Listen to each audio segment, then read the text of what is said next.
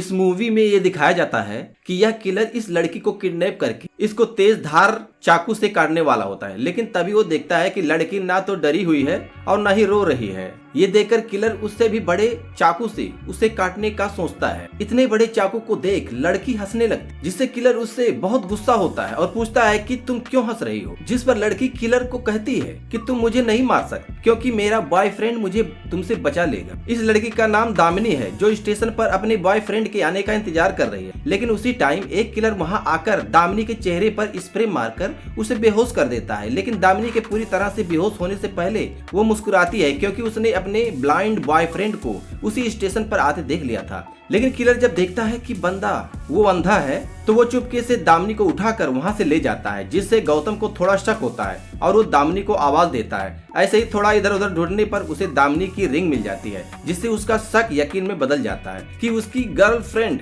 दामिनी किसी मुसीबत में। अब आगे क्या होता है चलिए जानते हैं दोस्तों। तो कहानी की शुरुआत एक सुनसान जगह से हुई, जहाँ इस कहानी का साइको किलर एक लड़की को बिस्तर पर लेटाकर उसके हाथ पैर बांधकर बिना उससे बात किए उसका सर धड़ से अलग कर देता है। उसके बचे हुए शरीर को ले जाकर एक जगह पर रख देता है। सुबह यह मामला पुलिस तक पहुंचता है। पुलिस एक्शन में आती है और सारी फॉर्मेलिटीज को पूरा कर वहां से चली जाती है। इसी शहर में हमारा हीरो गौतम भी रहता है, जो देख नहीं सकता, मगर उसे दामिनी नाम के एक रेडियो जॉकी को सुनना काफी पसंद था और वो अक्सर उसका शो सुनता रहता था। दामिनी को सुनते सुनते गौतम को उससे प्यार हो गया था, लेकिन अभी तक ये सिर्फ वन साइडेड लव था। गौतम को अच्छी तरह मालूम था कि कब किस समय दामिनी कहां जाने वाली है और आगे क्या करेगी, इसीलिए वो अपने दोस्त राज नायकम की मदद से उसको फॉलो करता रहता है। इसी दौरान दामिनी को फॉलो करते हुए वो एक शादी में पहुंच जाता है। गौतम गाना गाकर उसे इम्प्रेस करने की कोशिश भी करता है। थोड़ी देर में वो दामिनी को प्रपोज भी कर देता है, लेकिन दामिनी उसकी प्रपोजल को शुरुआत में ठुकरा देती, पर गौतम के काफी रिक्वेस्ट करने के बाद दामिनी उसे कहती है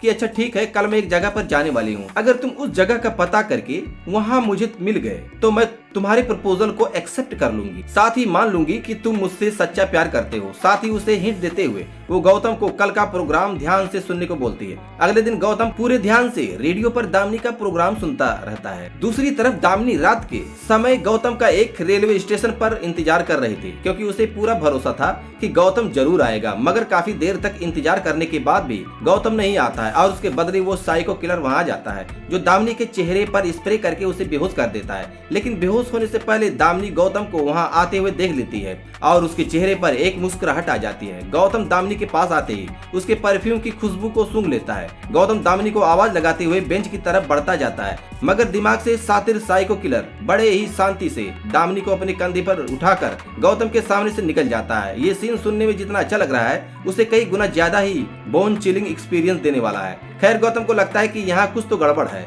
इसलिए वो पुलिस को कॉल करके यहाँ बुला लेता है और जो हुआ वो बताते हुए कहता है कि दामिनी को उसी साइको किलर ने अगवा कर लिया है। वहीं वो साइको किलर दामिनी को एक जगह लाकर उसके हाथ पैर काटने को तैयार ही था कि तभी उसकी नजर दामिनी के चेहरे पर जाती है, जिस पर किसी प्रकार का कोई डर नहीं था, बल्कि वो उल्टा मुस्कुरा रही थी। किलर उससे पूछता है कि तुम मुस्कुरा क्यों रही हो और तुम्हारे चेहरे पर क्यों डर नहीं है। दामिनी उससे बताती है कि आज से ठीक 7 दिन बाद मेरा जन्मदिन है और मेरे जन्मदिन तक अगर मैं गौतम तक नहीं पहुंच पाई तो वो मुझे कहीं से भी ढूंढ निकालेगा। ये सब सुनकर किलर दामिनी को नहीं मारता और उसके चैलेंज को स्वीकार कर लेता है। थोड़ी देर बाद किलर बाहर जाकर एक प्रोस्टिट्यूट को बुक करता है और बेहोश करके अपने यहाँ ले आता है। दामिनी की जगह उसके हाथ पैर बांधकर उसका भी सर धड़ से अलग कर देता है। इतना सब करने के बाद किलर दामिनी से कहता है कि जब गौतम तुम्हारी खोज करते हुए यहाँ आएगा तब मैं उसका सर काट कर तुम्हारे हाथ में और तुम्हारा सर काट के उसके हाथ में रख दूंगा। अगले दिन किलर प्रोस्टिट्यूट की बॉडी को बाहर फेंक देता है और जल्दी ही पुलिस वहाँ पहुँच जाती है। पुलिस ऑफिसर मुथु कमिश्नर को बताता है कि दामिनी के पिता ने कंफर्म किया है कि ये बॉडी दामिनी की नहीं है। बॉडी की बात सुनकर गौतम भी वहाँ पहुँच जाता है और इसमें से वो भी समझ जाता है कि ये दामिनी नहीं है। गौतम फौरन सुशीला नाम की साइकेट्रिस्ट के पास जाता है। जाकर वो उन्हें बताता है कि दामिनी अभी भी जिंदा है। डॉक्टर सुशीला बताती है कि ऐसा होना तो नहीं चाहिए, क्योंकि वो किलर जिस भी लड़की को किडनैप करके ले गया है उसे मार कर ही छोड़ता है। फिर दामिनी के केस में ऐसा क्या अलग हुआ। साइकेट्रिस्ट गौतम को हौसला देते हुए कहती है कि 1.5 साल से पुलिस उसके पीछे पड़ी है, मगर अभी तक उसे नहीं पकड़ पाई। शायद इस बार तुम उसे पकड़ सकते हो। लेकिन फिर भी गौतम पुलिस कमिश्नर के पास जाता है उनसे मदद मांगने के लिए। वहीं पर अकबर नाम का कांस्टेबल उससे कमला नाम की एक एक्स पुलिस ऑफिसर के बारे में बताता है जो पहले इस केस पर काम कर चुकी थी। कमला का पता निकालकर गौतम फौरन उसके घर पहुंचता है और उसे दामिनी के बारे में सब कुछ बता देता है। लेकिन कमला उसे यहाँ आने के लिए मना कर देती है, साथ ही उसे अनाप शनाप बोलने लगती है। दरअसल एक एक्सीडेंट में कमला ने अपने दोनों हाथ पैर खो दिए थे। इसके बाद से वो व्हील चेयर के हवाले हो गई थी। इससे गुस्सा होकर गौतम उसे एक थप्पड़ मारकर वहाँ से चला जाता है। दूसरी तरफ पुलिस वाले भी उस प्रोस्टिट्यूट के इलाके में पहुंचकर एक औरत से पूछताछ करने लगते हैं। औरत कहती है कि कल रात रानी ने मुझे फोन किया था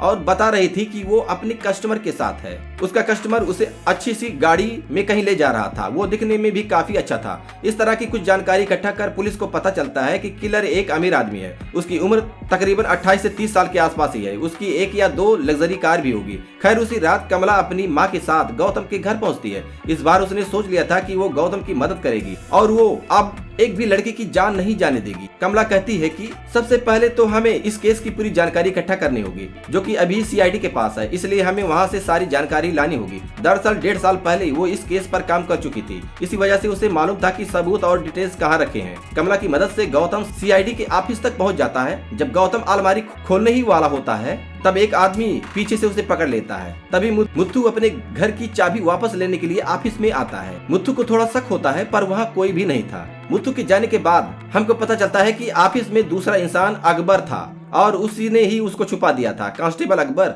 गौतम की मदद करते हुए सभी डिटेल्स पेपर्स की जेरोक्स कॉपी उसे दे देता है। खैर डिटेल्स को घर ले जाकर जब कमला उसको स्टडी करती है तो उसे पता चलता है कि अब कुल मिलाकर 14 लड़कियां गायब हुई हैं। उनमें से 4 तो प्रोस्टिट्यूट हैं और बाकी सभी लड़कियां अपनी फील्ड में काफी सक्सेसफुल थी। इसी तरह जो लड़की किडनैप हुई वो दिन दहाड़े रोड से गायब हो गई। गौतम पुलिस की टीम के साथ सभी विक्टिम्स के घर जाकर किडनैपिंग के बारे में पूछता है। सभी का कहना था कि घर लौटते वक्त रास्ते से उनकी बच्ची गायब हो गई। ये सारी बातें सुनकर गौतम हर जगह पर जाता है जहां इन लड़कियों को आखिर बार देखा गया था। गौतम नोटिस करता है कि सभी क्राइम सीन पर एक चीज कॉमन है जो कि एक डस्टबिन था, जिससे गौतम और कमला समझ जाते हैं कि जब वो लड़की अपने घर वापस जा रही होगी तो उन्हें डस्टबिन के पास जरूर कुछ न कुछ दिखा होगा, इसलिए वो अपनी गाड़ी को रोक कर उतरी होगी। पास ही खेल रहे बच्चों से पूछने पर उसे पता चलता है कि हमारे बच्चे ने रूपा नाम की लड़की के हाथ में एक पप्पी को देखा था। इस बात से गौतम और कमला प्रेडिक्ट करते हैं कि पहले किलर एक क्यूट पप्पी से खरीदता होगा और उसे लाकर डस्टबिन के पास छोड़ देता होगा।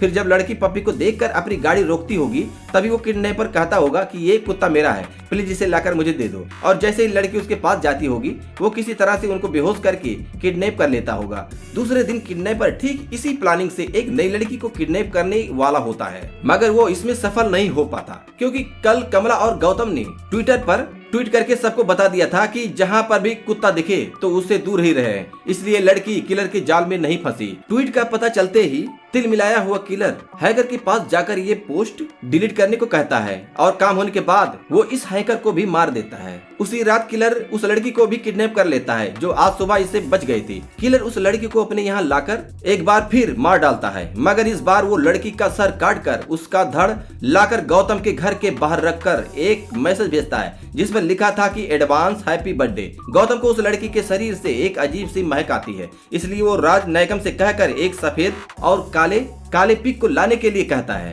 राज नायकम ऐसा ही करता है और वो उसके सामने दोनों पिग लाकर रख देता है। गौतम कमला को बताता है कि उसे इस लड़की की बॉडी के साथ ही इससे पहले मरने वाली प्रोस्टिट्यूट लड़की से सफेद पिग वाली गंध आ रही थी। वो लोग एक एक करके सभी पिग फार्म पर जाकर खोजबीन करने लगते हैं, मगर कोई भी पिग फार्म में उनको ऐसा यंग मालिक दिखाई नहीं देता जो किलर के हुलिये के साथ मैच होता हो। इसी दौरान मुत्तू को ये बात पता चल जाती है कि गौतम उसकी टीम पिग फार्म जाकर पूछताछ कर रहे हैं क्योंकि मुत्तू ने एक आदमी को गौतम के पीछे लगा रखा था। मुत्तू ऐसा ही एक पिग फार्म पर जाता है और इत्तेफाक से एक फार्म का मालिक वही किलर होता है जिसे ये अभी तक खोज रहे थे। पुलिस को अपने यहाँ देख किलर घबरा जाता है और पुलिस वाले को इंजेक्शन लगाकर बेहोश कर देता है। इसके बाद हम पुलिस वाले को उसके कमरे में बंद देखते हैं जिसमें किलर अपने सभी कारनामों को अंजाम दिया करता था। जब वह किलर वहाँ पर नहीं होता, दामिनी उसको होश में लाकर उसे यहाँ से भागने को कहती है, लेकिन मुत्तू कहता है कि मुझसे नहीं हो पाएगा। थोड़ी देर में वो साइको किलर मुत्तू के पास आकर उसे भी मार डालता है। इसी तरह सभी पिग फार्म की जांच करने पर गौतम और उसकी टीम के हाथ कोई सबूत नहीं लगता,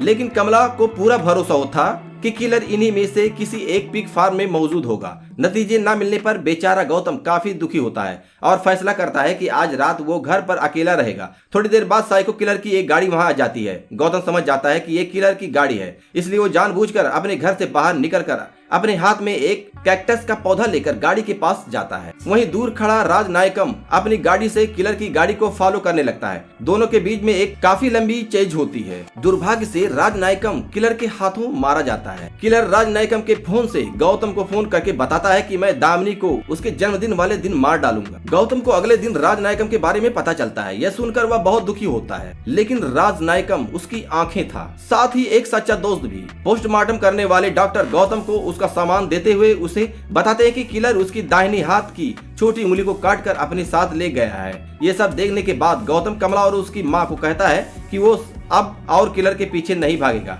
इस बात से कमला काफी नाराज हो जाती है और कहती है कि अगर तुम्हें इतनी जल्दी हार माननी थी तो मुझे क्यों निकाला अंधेरे से बाहर? क्या जरूरत थी मुझे उम्मीद देने की? सब मेरी गलती थी जो तुम पर भरोसा की। अगर उस समय मैं कॉलेज की सीढ़ियों से नहीं गिरी होती तो आज मैं ये केस अकेले ही सॉल्व कर लेती। ये कॉलेज वाली बात सुनकर गौतम और कमला सीधे उस कॉलेज में जाकर पूछताछ करने लगते हैं जहाँ कमला 1.5 साल पहले आई थी। दरअसल यहाँ एक स्टूडेंट का भी मर्डर हुआ था। उसी सिलसिले में कमला यहाँ आई थी।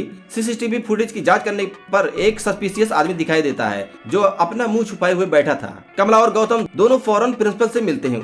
उनसे पूछते हैं कि ये कौन व्यक्ति है जो इस वीडियो में आपके बगल में बैठा है। प्रिंसिपल उसे बताता है कि मुझे ये तो नहीं मालूम कि ये वो आदमी कौन है, लेकिन इतना जरूर कह सकता हूँ कि वो एक लेफ्ट हैंडेड था क्योंकि उसने मेरे यहाँ पॉपकॉर्न भी बाएं हाथ से लिया था। साथ ही पूरे फंक्शन के दौरान उसका दायां हाथ उसकी पॉकेट में ही था। ये सब जानकर गौतम के दिमाग में एक बात अचानक से स्ट्राइक करती है और वो फौरन ही जाकर राजनायकम के सामान की जांच करता है। इससे उसे क्लियर हो जाता है कि किलर दाहिने हाथ में छोटी उंगली नहीं है। दरअसल ये सुराग था जो गौतम का दोस्त उसके लिए छोड़ कर गया था। जब किलर गौतम के घर आया था तभी गौतम ने उसकी गाड़ी का माप ले लिया था। इसी की मदद से वो अलग अलग कार बनाने वाली कंपनियों में पूछताछ करता है और आखिरकार उन्हें सफलता मिल जाती है। एक कार कंपनी वाला बताता है कि ठीक आपके बताए अनुसार अंगुली माल नाम का एक आदमी है जिसके नाम एक होटल है और एक पिग फार्म भी है। किलर का पता कर कमला और गौतम उसी पिग फार्म पर जाते हैं, मगर वहां उन्हें पता चलता है कि अंगुली मार अभी बाहर गया है। इसी मौके का फायदा उठाकर गौतम उसके ऑफिस की छानबीन करने लगता है।